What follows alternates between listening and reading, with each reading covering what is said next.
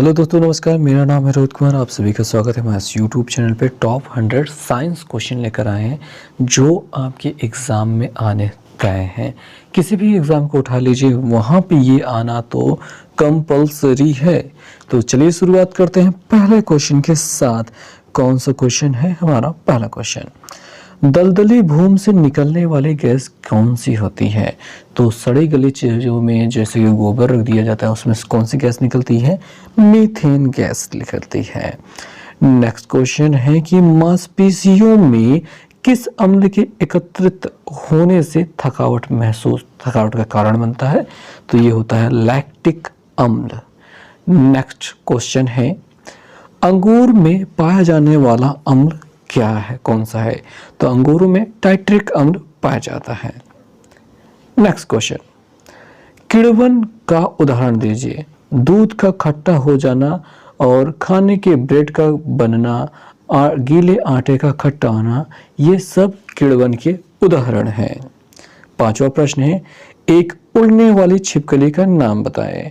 ड्रेको ये उड़ने वाली छिपकली का नाम है। छठा प्रश्न, केल्विन तापमापी में बर्फ का गलनांक कितना होता है? डिग्री सेल्सियस में 0 डिग्री सेल्सियस पे बर्फ पिघल जाती है, इसी पे जम भी जाती है। और केल्विन में वही में 273 अपना जोड़ दीजिए और 273.15 केल्विन ये हो जाएगा आपका बर्फ का गलनांक। सातवां प्रश्न है, क्यूरी किसकी इकाई है? ये है रेडियो एक्टिव धर्मिता की इकाई क्यूरी। नेक्स्ट क्वेश्चन है, दाब का मात्रक क्या है? बहुत ही आसान सा क्वेश्चन, बहुत ही आसान सा आंसर, पास्कल। नेक्स्ट क्वेश्चन के बारे में बात करेंगे, खाना पकाने का बर्तन कैसा होना चाहिए? ये खाना पकाने का जो बर्तन होना चाहिए उच्च विशिष्ट ऊष्मा का, निम्न चालकता का होना चाहिए। निम्न चालकता होने का मतलब क्या है? जल्दी से ठंडा ना हो, थोड़ा सा जल्दी से गर्म भी ना हो, मतलब अगर समय लगा के गर्म हो रहा है तो समय लगा के ठंडा भी होगा।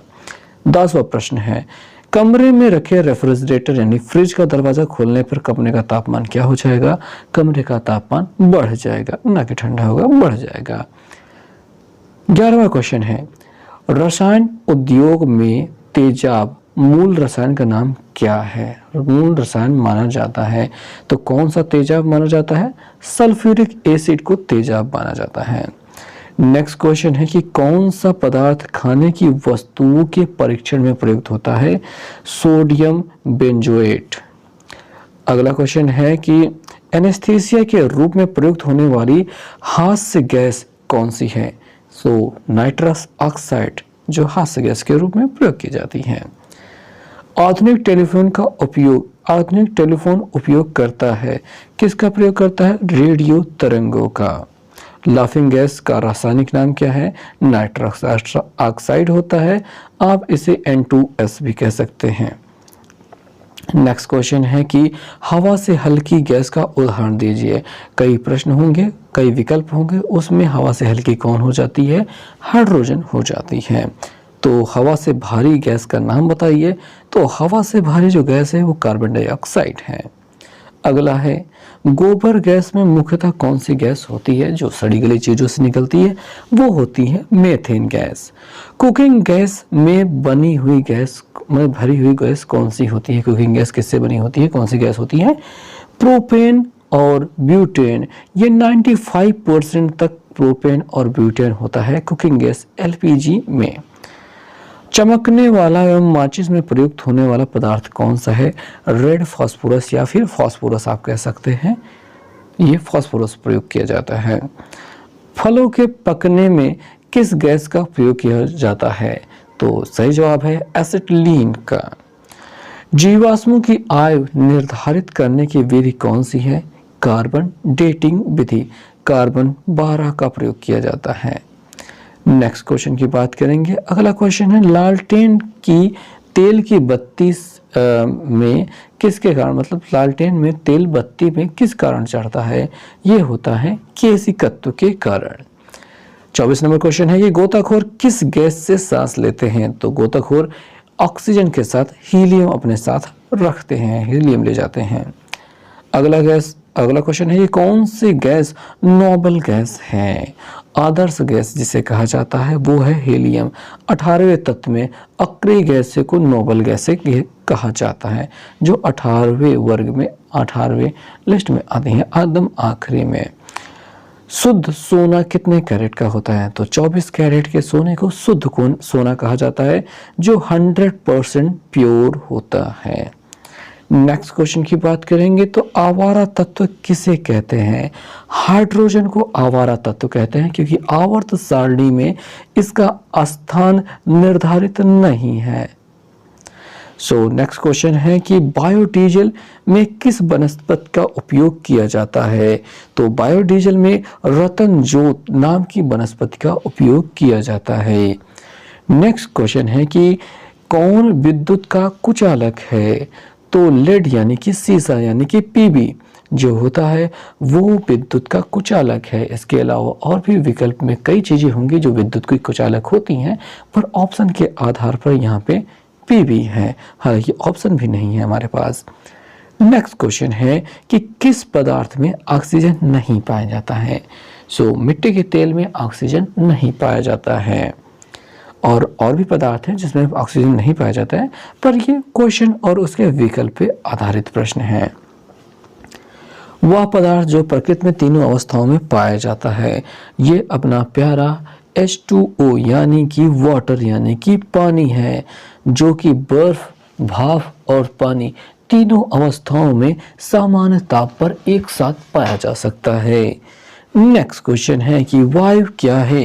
तो वायु एक प्रकार का मिश्रण है। स्टेनलेस स्टील किस प्रकार की धातु है? तो स्टेनलेस स्टील एक प्रकार की मिश्र धातु है। नेक्स्ट क्वेश्चन है, प्रकृति में प्रकृति में कौन ना ही तत्व है ना ही यौगिक है? तो प्रकृति में वायु जो है वो ना ही तत्व है ना ही यौगिक है, और ये विकल्प के आधार का प्रश्न है। नेक्स्ट क्वेश्चन है, पदार्थ की चतुर्थ अवस्था कौन सी होती है? पहली होती है ठोस, दूसरी होती है द्रव, तीसरी होती है गैस और चौथी होती है प्लाज्मा।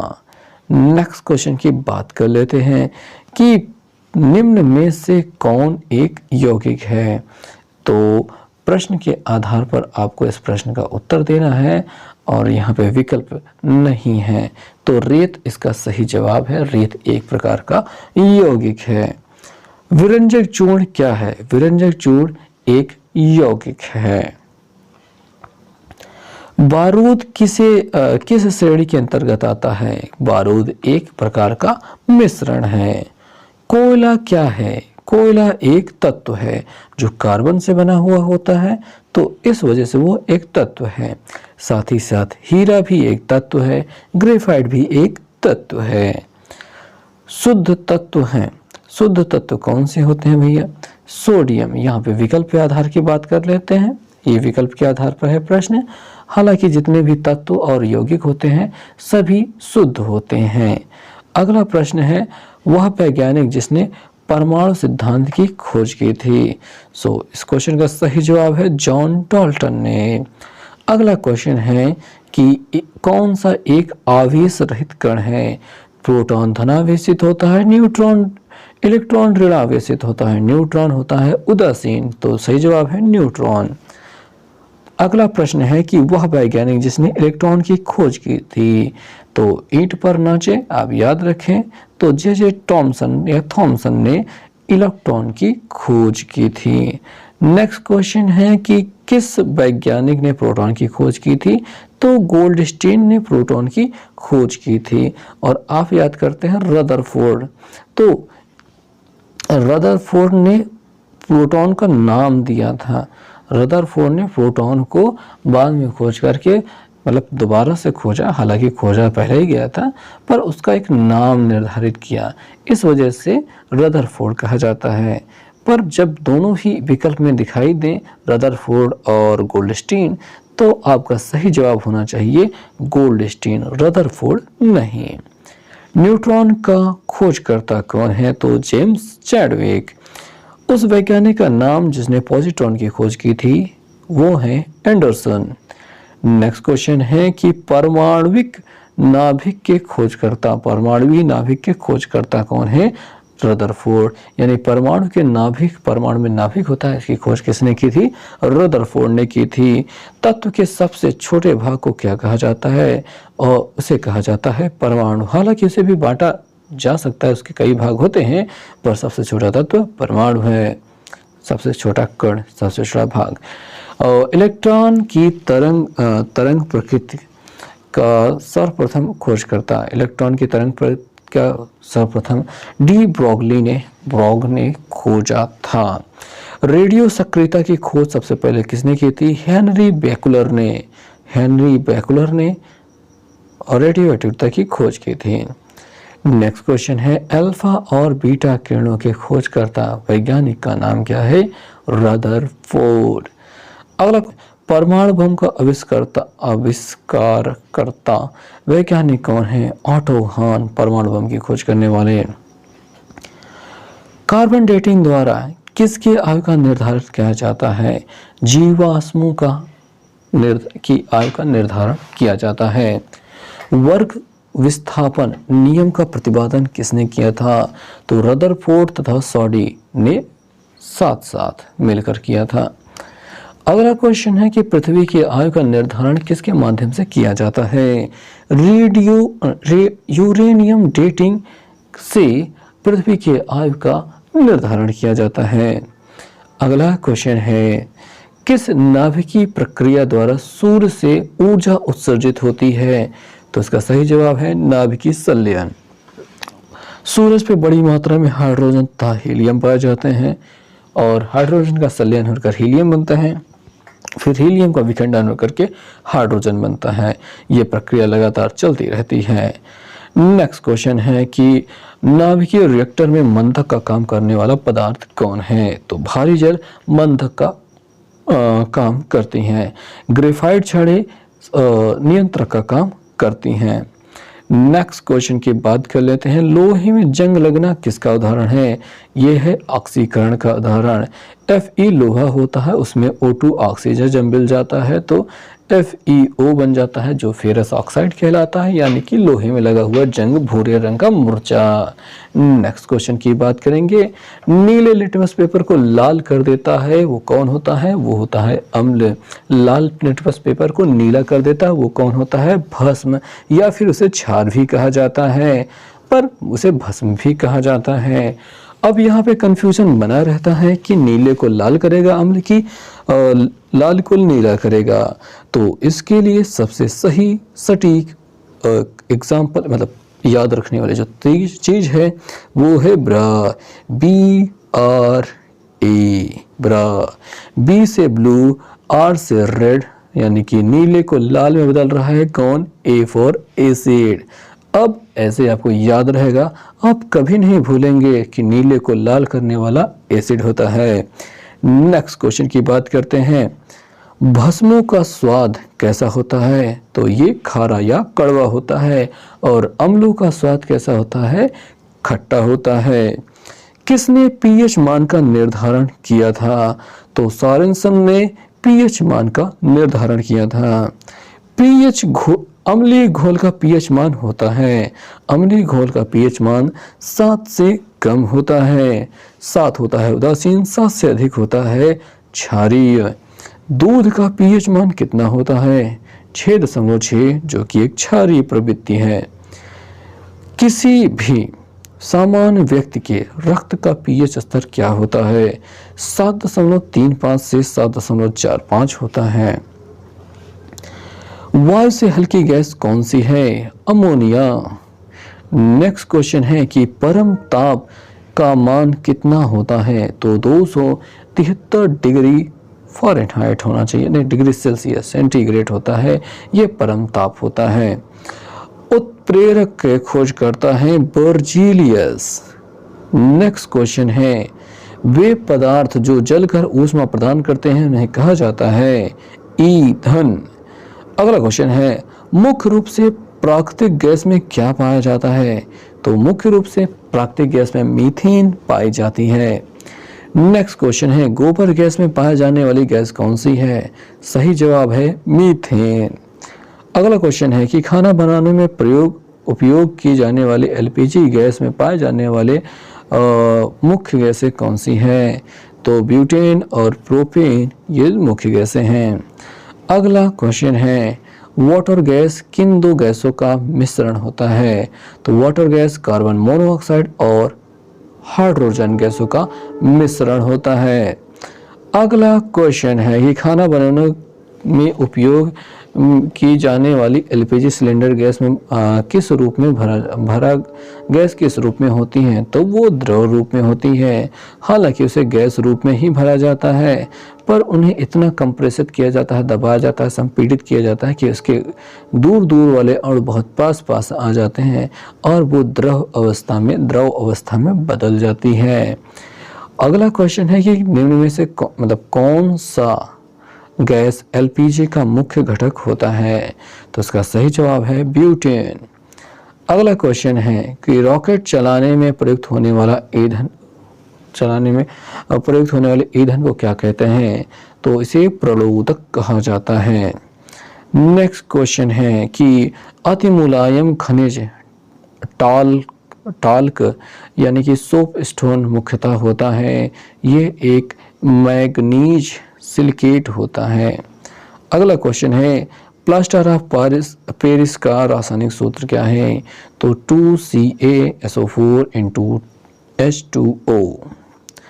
नेक्स्ट क्वेश्चन है सबसे भारी धातु है? तो सबसे भारी धातु यूरेनियम है। अगला क्वेश्चन है कि सामान्य किस्म का कोयला क्या होता है? तो बिटुमिनस जो होता है ये एक सामान्य किस्म का कोयला है। वायु में कौन सी गैस नोबल गैस नहीं होती? नोबल गैस होती है। हीलियम एक नोबल गैस है। प्राकृतिक रबड़ एक का बहुलक है। ये आइसोप्रीन का बहुलक है। अगला क्वेश्चन है कि विस्फोटक नाइट्रोग्लिसरीन क्या है? ये एक प्रकार का एस्टर है। अगला क्वेश्चन है कि अम्ल वर्षा होती है? तो ये कारखानों के धुएं, गाड़ियों के धुएं से अम्ल वर्षा होती है और ये विकल्प पर आधारित प्रश्न है। विकल्प देखने के बाद समझ में आता है।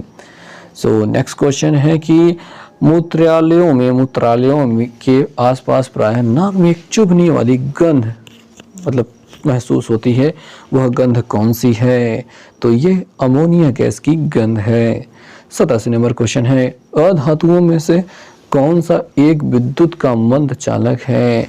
तो विद्युत का मंद चालक है सेलेनियम। अगला है चाइनीज व्हाइट कौन कहलाता है? तो जिंक ऑक्साइड को चाइनीज व्हाइट भी कहा जाता है। नेक्स्ट क्वेश्चन है कि वह धातु जो एसिड एवं एल्किल के साथ क्रिया करके हाइड्रोजन गैस देती है, तो जिंक यानी कि धातुएं, ठीक है, जो जिंक एक धातु है जो एसिड और एल्किल के साथ क्रिया करके हाइड्रोजन गैस देती है। अगला क्वेश्चन है कि किन किरणों के प्रकीर्णन से नाभिक के आकार का आकलन किया जा सकता है? ये अल्फा कणों के प्रकीर्णन से नाभिक के आकार का आकलन किया जा सकता है। 91 नंबर क्वेश्चन है कि डाल्टन के परमाणु सिद्धांत के अनुसार कौन सा सबसे छोटा कण स्वतंत्र रूप में रह सकता है? तो वो डाल्टन के परमाणु सिद्धांत को आपको समझना होगा, उसके बाद आपको बताना होगा परमाणु। फिलहाल तो अणु होता है जो स्वतंत्र रूप में रह सकता है। नेक्स्ट क्वेश्चन है इलेक्ट्रॉन के तरंग प्रकृति की खोज किसने की थी? तो डी ब्रोगली ने इलेक्ट्रॉन के तरंग प्रवृत्ति की खोज की थी। 93 नंबर क्वेश्चन है कि एक भारतीय वैज्ञानिक जिनका नाम एक विशिष्ट मूल कण के साथ जुड़ा हुआ है वो है बोस। नेक्स्ट क्वेश्चन है न्यूट्रॉन की खोज किसने की थी? तो जेम्स चैडविक ने। इलेक्ट्रॉन की खोज किसने की थी? जे थॉमसन ने। नेक्स्ट क्वेश्चन है आवेश रहित कण कौन सा होता है? न्यूट्रॉन आवेश रहित कण होता है। अगला क्वेश्चन है कि किस वैज्ञानिक ने परमाणु सिद्धांत की खोज की थी? तो जॉन डाल्टन ने परमाणु सिद्धांत की खोज की थी। अगला क्वेश्चन है कि विश्व का प्रत्येक पदार्थ अत्यंत छोटे कणों से मिलकर बना है, यह सर्वप्रथम किसने कहा था? तो महर्षि कणाद ने सबसे पहले ये बात कही थी। और पदार्थ की चतुर्थ अवस्था कौन सी होती है? वो होती है प्लाज्मा। और आखिरी प्रश्न, ऐसे तत्व जिनमें धातु और अधातु दोनों के गुण पाए जाते हैं क्या कहलाते हैं? तो इन्हें कहा जाता है उपधातु। तो बस दोस्तों, इस वीडियो में इतना ही। उम्मीद है आपको ये सभी प्रश्न समझ में आए होंगे, अच्छे लगे होंगे। और अगर अच्छा लगा है तो लाइक कर दीजिए। मिलेंगे नेक्स्ट वीडियो में, तब तक के लिए बहुत बहुत धन्यवाद।